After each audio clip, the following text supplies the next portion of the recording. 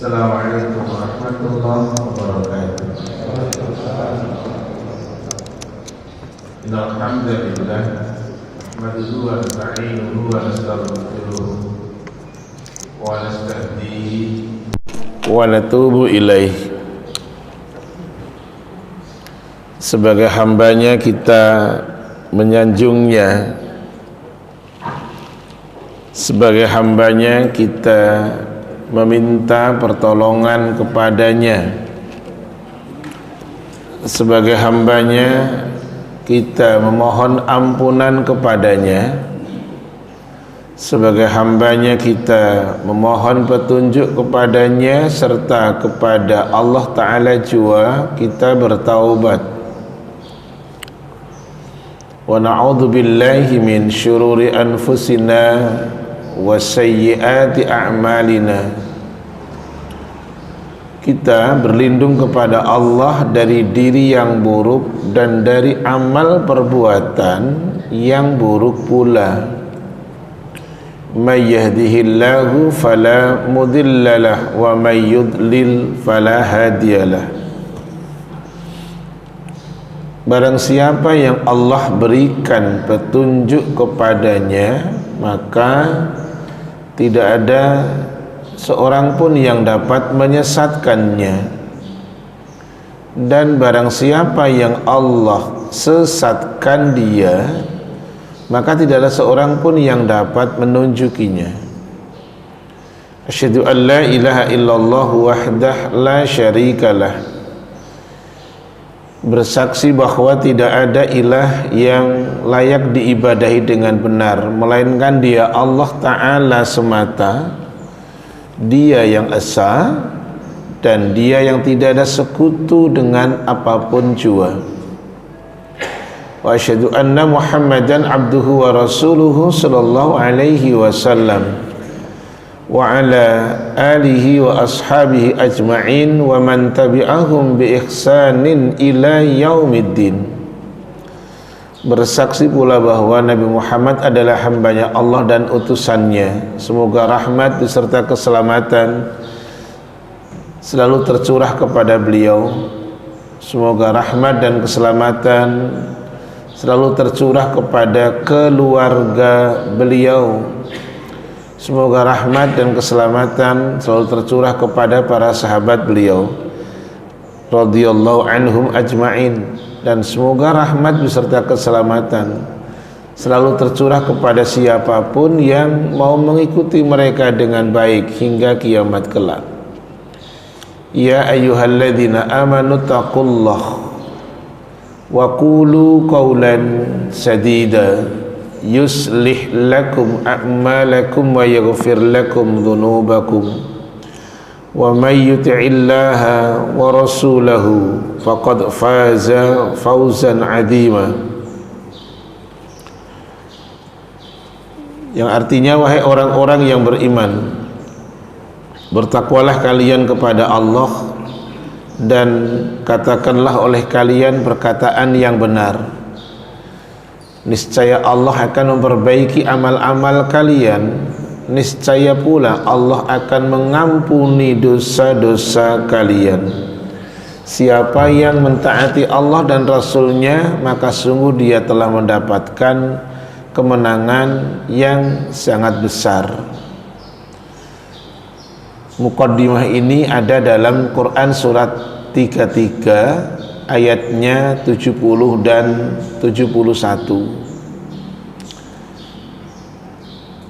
Ayat ini pula yang selalu dibaca oleh Rasulullah SAW ketika beliau menyampaikan khutbahnya. Saya ingin menambahkan tafsirnya, jadi tidak hanya arti tadi, tapi juga tafsirnya, penjelasan maksudnya. Pada Quran surat 33 ayat 70 tadi isinya tentang perintah kepada orang beriman untuk bertakwa dan berkata yang benar. Tafsirnya berbunyi, yaqulullahu ta'ala amiran ibadahul mu'minin bitaqwahu. ayat tersebut, surat 33 ayat 70, isinya adalah di mana Allah Ta'ala perintah kepada para hambanya yang mukmin untuk bertakwa kepadanya. Wa ayya'buduhu ibadatan man ka'annahu yarahu. Dan orang yang beriman juga supaya beribadah kepada Allah dengan ibadah yang ketika mengerjakan seolah-olah melihat Allah. Wa ayyaqulu qaulan sadida. Dan orang yang mukmin supaya juga berkata dengan perkataan yang benar. Benar di sini maksudnya adalah mustaqimun la i'wijajun wala inkhirafun. Yang dimaksud dengan perkataan yang benar adalah perkataan yang lurus. Yang dimaksud benar adalah perkataan yang tidak bengkok. Yang dimaksud benar adalah perkataan yang tidak menyimpang. Itu benar. Jadi parameter benar itu ternyata lurus, tidak bengkok, dan tidak menyimpang. Itu benar. Kalau orang mukmin pengejawantahan takwanya bisa seperti itu, lurus, tidak bengkok, dan tidak menyimpang, maka di ayat yang ke-71-nya tadi Allah memberikan fi'il jawabnya, Allah akan memperbaiki amal-amal kalian dan mengampuni dosa-dosa kalian.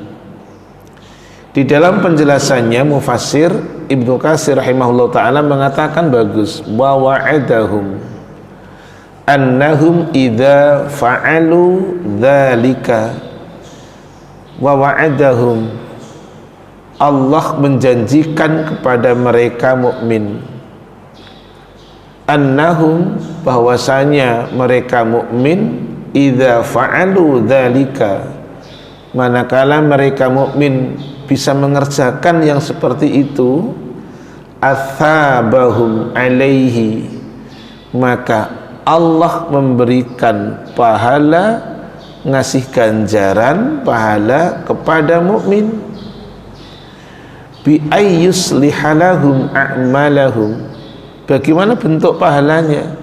Allah memperbaiki amal-amalnya mukmin. Caranya seperti apa? Ayyuwaffiquhum lil a'malis salihati.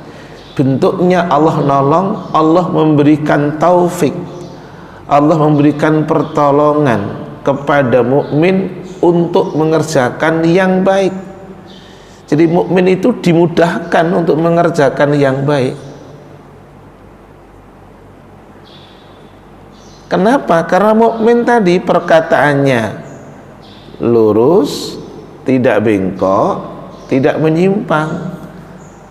Allah bantu, Allah permudah. Mukmin itu amalnya baik gitu. Kenapa bisa demikian Ustadz? Iya bisa.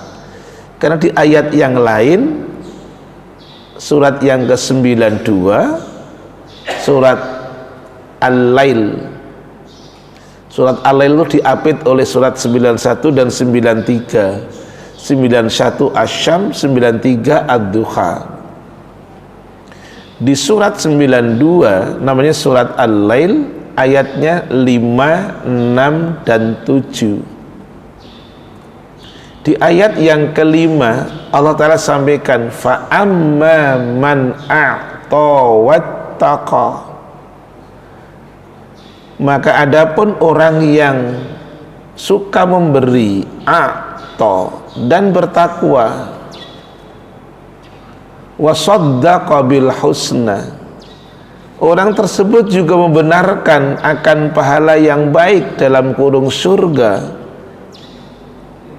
Hatinya membenarkan akan kebenaran surga, Ayat yang ketujuh, fasanu yassiruhu lil yusra.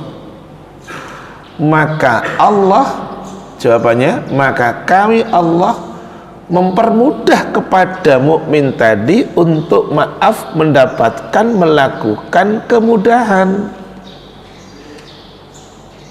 Kan tidak mungkin ujuk-ujuk langsung dapat kemudahan. Maaf, aku pakai bahasa orang Jawa ini. Kan tidak mungkin ujuk-ujuk langsung dapat kemudahan kalau tidak ada awalnya prosesnya kita melakukan yang baik. Jadi kembali tadi, orang tadi itu kan, itu mukadimah tadi, itu baru sekedar perkataan baik loh. Benar, benar itu lurus, benar itu tidak bengkok, benar itu tidak menyimpang. Ternyata si orang tersebut dibantu oleh Allah untuk melakukan yang baik gitu loh, Masya Allah. Jadi Allah tahu ini pantas tak tolong, ini nggak pantas. Ini kan Allah yang sudah tahu lah potretnya seperti apa. Ternyata tidak sekedar dibantu untuk mengamalkan yang baik. Wa ayyaghfira lahumudz dzunuba al-madhiyata.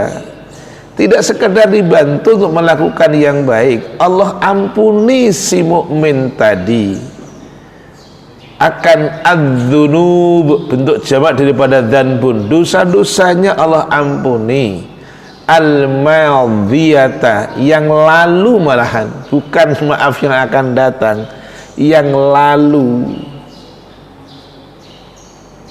Karena rumusannya memang seperti itu. Makanya sayangnya Rasulullah SAW itu dengan para sahabatnya itu ketika memberikan edukasi tarbiyah itu tidak berat-berat, adalah nasihat yang ringan, aplikatif lah. Sebagaimana dalam hadis Arba'in karangan Al-Imam An-Nawawi rahimahullahu ta'ala, semoga Allah merahmati beliau, pada nomor hadis yang ke-18 itu ada dua sahabat Rasul SAW, putra Madinah, satu Abu Dzar Al-Ghifari, Jundub bin Junadah, secara materi ini orang miskin dia. Yang kedua adalah Abu Abdurrahman Mu'ad bin Jabal radhiyallahu anhuma. Keduanya dinasihati, aplikatif banget. Satu, ittaqillaha haitsu ma kunta, bertakwalah kamu kepada Allah dimanapun kamu berada. Udah, yang penting kamu bener aja deh gitu loh, dimanapun, yang penting kamu bener. Urusan orang lain itu terserah, karena kalau ngurusi orang lain itu pusing, nggak rampung-rampung. Karena norma masyarakat, hukum masyarakat itu jauh lebih kejam ketimbang hukumnya Allah. Udah, nggak usah ngurusi masyarakat, yang penting kamu bener aja lah. Karena masyarakat itu rumusannya ngeri. Ada kata-kata gini kan di masyarakat, sekali lancong ke ujian seumur hidup orang tidak akan percaya. Iya, walaupun sudah dia berusaha untuk baik, orang sudah langsung menjustifikasi, paling juga pencitraan, gitu juga mas. Padahal udah bener itu, tapi tetap saja orang akan menghukumi seperti itu kan. Jadi orang akhirnya mendingan jelek sekalian daripada udah baik juga kan, gitu akhirnya. Coba lah yang kedua yang aplikatif ini, wa'ad bi'is sayyi'ata al-hasanata tamhuha. Ini yang aplikatif juga. Iringilah, ikutilah perbuatan burukmu dengan perbuatan yang baik, niscaya perbuatan yang baik akan menghapus perbuatan yang buruk tadi. Udah, penting kamu bener aja, kata Rasul gitu. Yang ketiga, wa khaliqin nasa bi khuluqin hasanin, pergaulilah manusia dengan akhlak yang terpuji. Udah, hadis ini dikeluarkan oleh Al-Imam At-Tirmidzi, dan At-Tirmidzi mengatakan hadis ini adalah hasan sahih. Hasan itu baik, sahih itu benar. Taib, para sahabat ilmu, para tamu Allah, semoga Allah merahmati para tamu Allah semuanya. kita akan melanjutkan dari kaji kita, yaitu hadis Riyadhus Shalihin. Artinya Riyadhus Shalihin adalah latihan menjadi orang baik. Jadi kalau mau jadi orang baik itu ternyata sudah dikasih guidance booknya, sudah ada, tinggal baca dengan baik bukunya Imam An-Nawawi itu, nanti jadi orang baik gitu, Masya Allah. Baik, kita akan masuk adalah hadis nomor 132. Betul ya? Oke, baik. Adalah masih dari, saya akan carikan sanadnya.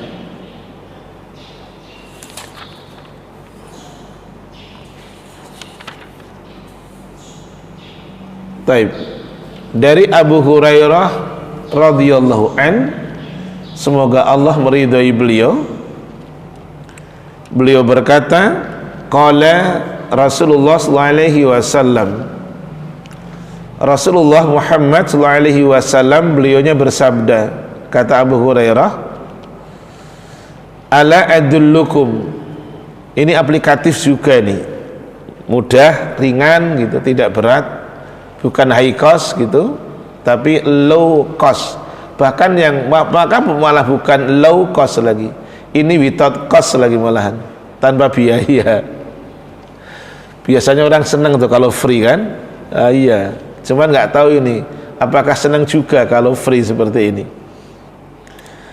Kata Rasulullah SAW yang didengar oleh Abu Hurairah semoga Allah meridhoinya, ala adullukum ala ma yamhullahu bihi al khotoya wa yarfa'u bihi ad-darajat.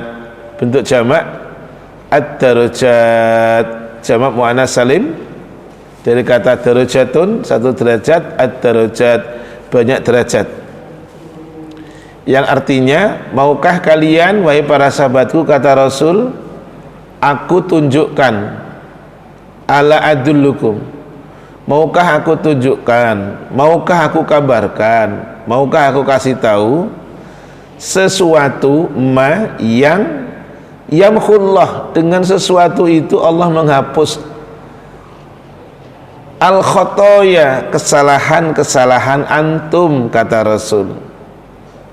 Tidak hanya kesalahan yang dihapus, wa yarfa'u bihi ad-darajat, dan dengan sesuatu itu kalau antum kerjakan, kata Rasul, Allah angkat kedudukan kalian. Gitu. Dosa yang lalu dihapus, kemudian diangkat kedudukan oleh Allah Ta'ala. Para sahabat tentu responsif, tentu senang. Mereka mengatakan bala, tentu wahai Rasul, begitu. Senang mereka. Bala ya Rasulullah, itu jawaban mereka, para sahabatnya. Kemudian apa kata Rasulullah SAW? Yang pertama, cuma ada 3. Yang pertama, isbaghul wudu'i. Kata lainnya, ihsanul wudu'i, menyempurnakan wudu, ngumplitin wudunya, mempercantik wudu. Jadi isbahul wudu artinya ngumplitin wudunya. Berarti tidak hanya yang wajib toh, yang sunnat pun dikerjakan. Wajibnya wudu itu adalah pasti niat. Makanuhu al-qalbu, tempatnya di hati. Kemudian membasuh yang namanya muka, itu wajib. Membasuh kedua tangan, kanan dulu, kemudian kiri, dan dari ujung jari sampai siku gitu. Bukan dibalik dari siku ke ujung jari, enggak. Kemudian, dan itu adalah maksimal 3 kali. Yang ketiga, mengusap kepala, mashur ra'si, kata lainnya menyapu kepala. Karena kata masaha artinya menyapu, maka jari-jari manusia seperti sapu. Anggota badan yang disapu, yang diusap cuman satu, kepala, bukan rambut. Dan itu sekali sunnah Rasulnya. Termasuk telinga, karena telinga bagian dari kepala. Yang nomor 4, karena itu sesuai dengan dalilnya Al-Quran, nasnya di surat yang kelima Al-Maidah ayatnya 6. Yang keempat adalah yakni membasuh kedua kaki sampai mata kaki. Yang kanan dulu baru yang kiri. Selesai itu wajibnya wudhu, sudah nggak ada lagi. Tuh, hanya itu, bayangkan. Niat, makanuhu al-qalbu, tempatnya di hati. Kemudian membasuh wajah, membasuh kedua tangan dari ujung sampai siku. Kemudian mengusap kepala dan membasuh kedua kaki. Selesai. Sunatnya yang banyak. Sunatnya yang banyak. 1, membaca basmalah. 2 adalah membasuh telapak tangan 3 kali. Ini telapak tangan. Sunatnya lagi nomor 3 adalah tamadmadho, berkumur-kumur. Kemudian istinsyaq dan istinthar, menaikkan air ke hidung dan menghembuskannya. Sunat semuanya. Selanjutnya, kalau tidak memberatkan kata Rasul, bersiwak. Sudah. Kemudian tambah lagi. Apa itu? Adalah berdoa. Berdoa. Sebelum berdoa adalah 3 kali dalam basuhan. Itu sunat, karena sekali pun cukup.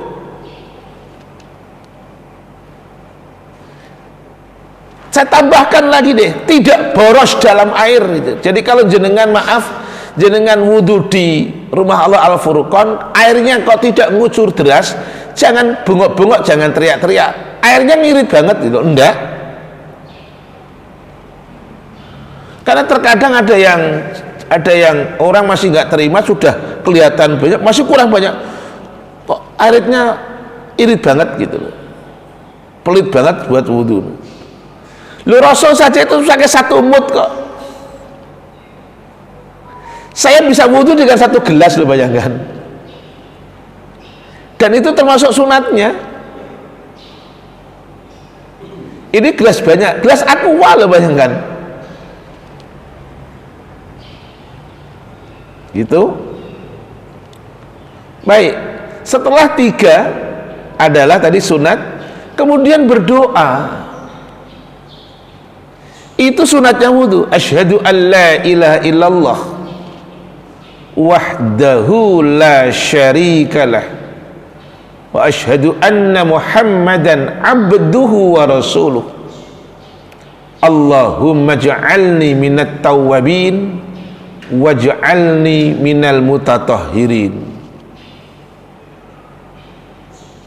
Itu doa. Sunat dong, bukan wajib. Habis itu masih ada sunat lagi, bayangkan. Apa itu? Sholat 2 rakaat. Sholat sunat wudhu. Jadi akeh seerbanyak sunatnya ketimbang wajibnya gitu. Lah ini yang pertama kata Rasul kepada para sahabatnya, isbahul wudhu, ngumplitin wudhu, menyempurnakan wudhu. Bahasa lain redaksinya di hadis, ihsanul wudu, mempercantik wudu. Tapi kata Rasul ternyata ada tambahan, alal makarihi, di atas al makarih. Apa itu al makarih? Adalah wahwa ma yakrahuhu al insanu wa yashukku alaih, sesuatu yang dimana manusia sulit untuk mengerjakannya karena adanya masyakot, kesulitan, dia nggak suka, tapi dia tetap lakukan gitu loh, dengan sempurna, dengan komplit. Contoh, ketika suasana dingin, antum lagi rihlah nih ke puncak, ke tempat yang dingin, Dieng, Puncak, atau mana sajalah yang dingin, antum bisa wudhu dengan baik. Itu namanya isbaghul wudhu'i alal makarihi. Tuh, yang mestinya hanya cuma satu tadinya, tapi 3 dikerjakan. Yang tadinya dingin sekali, panas, tapi wudhunya bisa baik. Itu makna dari isbaghul wudhu'i alal makarihi. 1. 2.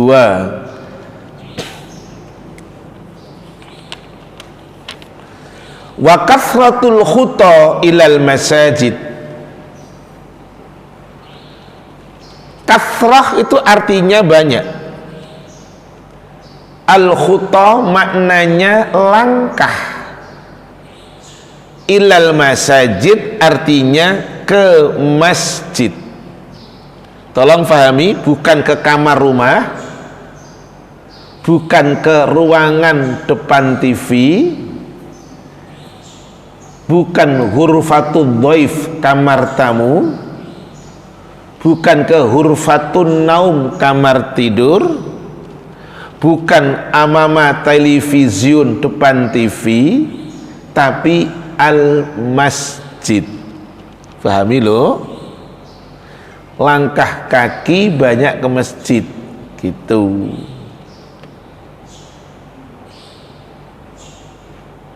Baik, nanti ada penjelasannya setelah tadi, setelah wudhu kan. Wong ini rangkaiannya ke sana. Yang ketiga, tadi saya katakan 3,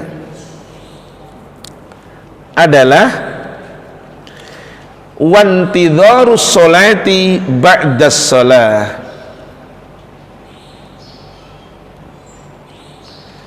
Intidhar itu artinya menunggu.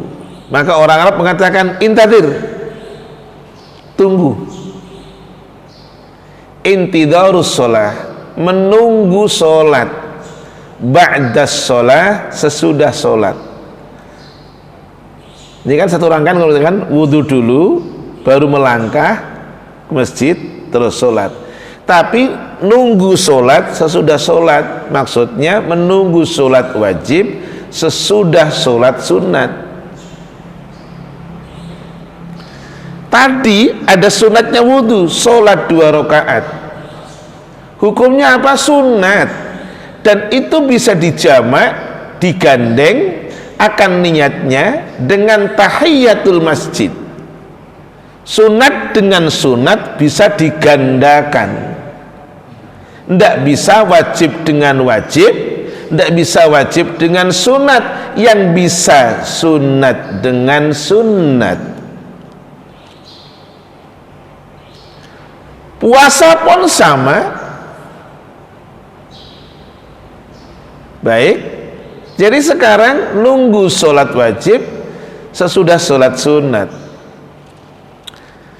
Dan kata Rasul, orang yang wudhunya dengan suasana yang sulit pun dikerjakan dengan baik, langkah kaki menuju masjid banyak, tapi tidak berlebih-lebihan gitu. Maksudnya berlebihan begini, sudah tahu rumahnya dekat dengan masjid, tapi muter dulu jauh gitu, biar dapat pahala banyak. Itu namanya tanattu' bahasa Arabnya, berlebih-lebihan. Atau bahasa Arabnya yang lain takalluf, membebani diri. Itu tidak boleh. Dari 3 itu ujungnya Rasul mengatakan fadzalikumur ribat, itu buat antum perjuangan loh. Perjuangan apa? Aribat itu adalah perjuangan mulazimatu thuhuril aduwi wa harasatiha. Seorang pejuang pasukan, ketika orang pasukan tadi menjaga di perbatasan musuh, dia mengawasi kampungnya, dia mengawasi negerinya. Jadi ibaratnya tentara itu jaga di daerah mana, perbatasan loh antara Singapura dengan Indonesia, antara Papua Nugini dengan Indonesia, antara Timur Leste dengan Indonesia. Itu seorang pasukan menjaga perbatasan, itu namanya ar-ribat. Sulit tapi dikerjakan, Insya Allah. Tapi ini bukan menjaga perbatasan musuh. Ini tadi ngumplitin wudunya, datang banyak langkah kaki ke masjid, kemudian nunggu sholat wajib sesudah sholat sunat. Maka isbaghul wudu diartikan adalah al-ityanu bihi kamilan wa tamman, menunaikan dengan sempurna gitu. Taib. Apa faedahnya dari hadis tadi 132? Apa faedahnya? Faedah yang pertama, faedahnya nih, yang pertama, istihbabu irsyadin nasi lil khairi wa a'malil birri. Hadis tadi itu memberikan faedah yang pertama, supaya kita ini dianjurkan untuk memberikan bimbingan, petunjuk, arahan kepada manusia tentang kebaikan, dan supaya manusia melakukan amal-amal yang baik. Jadi nggak boleh pelit dalam ilmu, senang untuk memberikan bimbingan, arahan, petunjuk kepada manusia untuk perkara yang baik dan melakukan yang baik. Makanya tadi Rasul bilang, mau nggak kalian aku kasih tahu sesuatu yang kalau kalian kerjakan itu kalian akan diambil dosanya gitu, diangkat kedudukan. Mau Rasul gitu, padahal nggak diminta. Rasul tidak diminta, tapi beliaunya salam memberikan bimbingan, al-irsyad gitu, memberikan petunjuk, memberikan arahan kepada para sahabatnya. Arahan tadi allati taqarrabahum ilallahi ta'ala. Arahan itu mesti yang dapat membuat seseorang dekat kepada Allah Ta'ala. Jadi tidak boleh memberikan arahan, motivasi, masukan tapi yang tidak konstruktif, tidak boleh gitu. Makanya ada ayat Allah Ta'ala di dalam Al-Quran, surat yang ketiga, ayatnya 110. Wah, ini nggak ada Pak BHQ, pokoknya tak borong nih sekarang kita. Pak BHQ nggak ada, jadi tak borong yang baca terjemahan. Baik, di Quran surat yang ketiga, ayatnya 110. Di dalam ayat ini ternyata Allah Ta'ala mengatakan Muslim itu umat yang terbaik, tetapi ada syaratnya.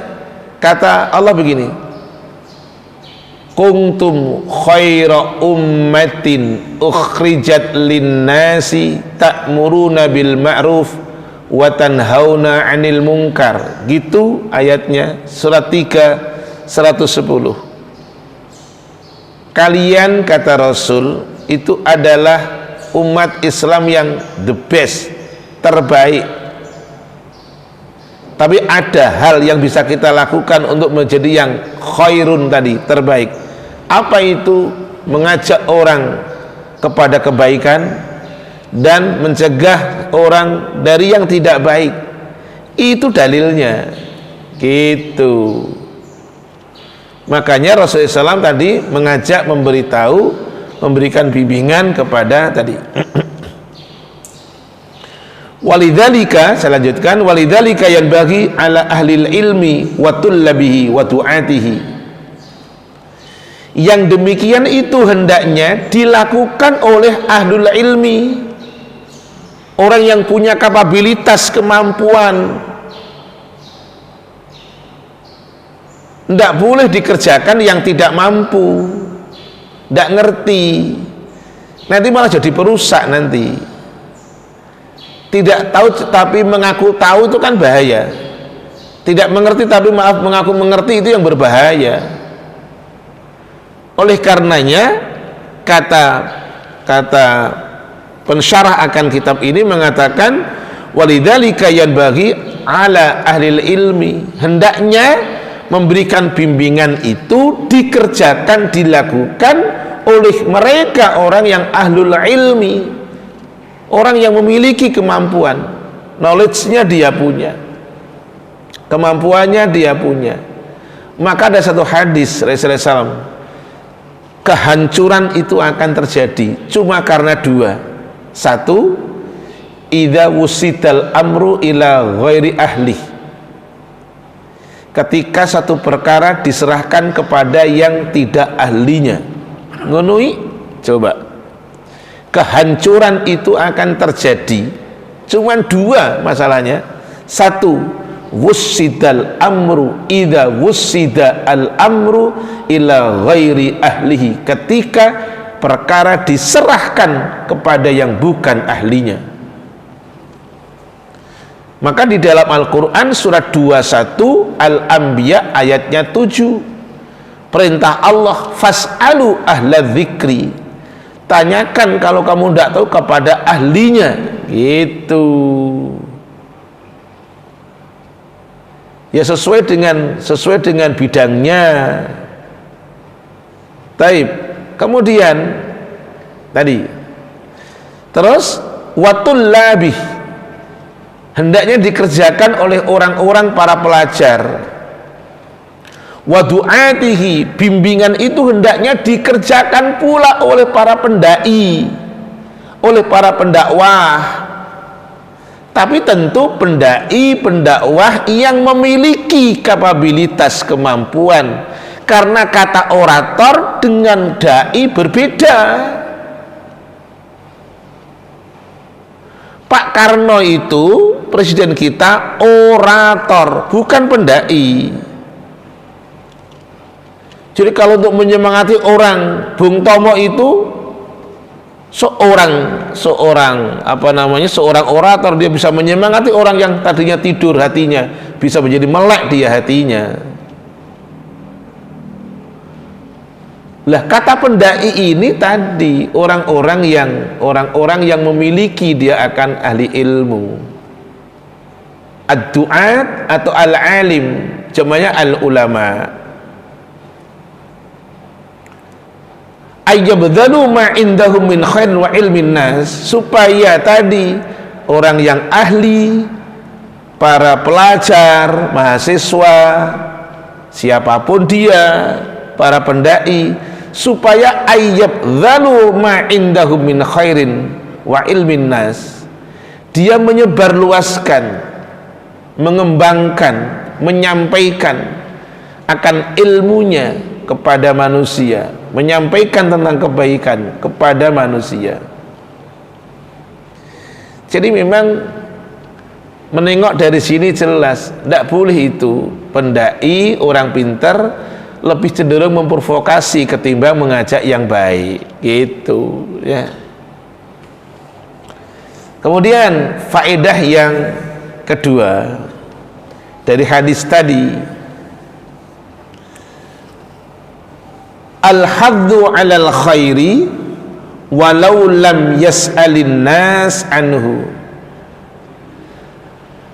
Hendaknya manusia itu menganjurkan kepada manusia yang lain akan kebaikan, sekalipun manusia yang lain itu, orang tersebut tidak menanyakan kepada antum.